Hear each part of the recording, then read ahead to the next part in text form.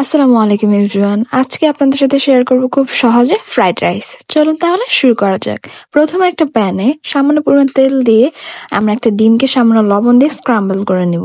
Scramble হয়ে গেলে এটাকে আমরা একটা আলাদা পাত্রে উঠিয়ে নিব।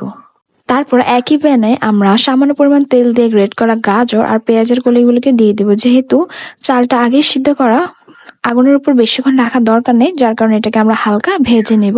সামান্য পরিমাণ লবণ দিলে এটা খুব তাড়াতাড়ি সিদ্ধ হয়ে যাবে।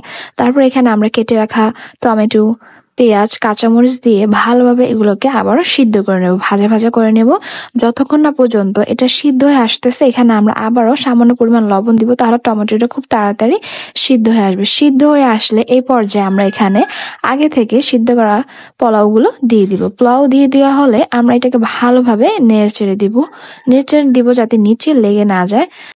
তারপর আমরা এখানে 1.5 টেবিল চামচ পরিমাণ সয়া সস দিয়ে দেবো। এখানে আর বাড়তি আমরা লবণ দিব না, যেহেতু আগে 2বার দিয়েছি। আর সয়া সসে যেহেতু লবণটা আছে, সে কারণে লবণটা আর বেশি দেওয়ার দরকার নেই। সয়া সস দিয়ে দেওয়া হলে এটাকে আমরা আবারও ভালোভাবে নেড়ে দেবো। তারপর এখানে একটা আমরা নুডলসের মশলা ব্যবহার করেছি। নুডলসের মশলা দিয়ে দেখবেন খেতে ভীষণ ভালো লাগবে আর খুবই মজার হবে।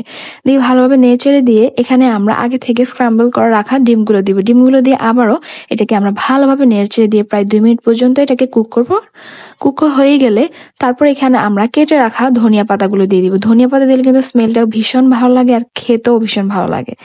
ভালোভাবে নেড়ে দিয়ে এটাকে আমরা প্রায় 2 মিনিট পর্যন্ত রান্না করে উঠিয়ে নেব। আমার আজকের ভিডিও যদি আপনাদের ভালো লাগে তাহলে ঝটপট বাসায় এভাবে বানিয়ে নিতে পারেন।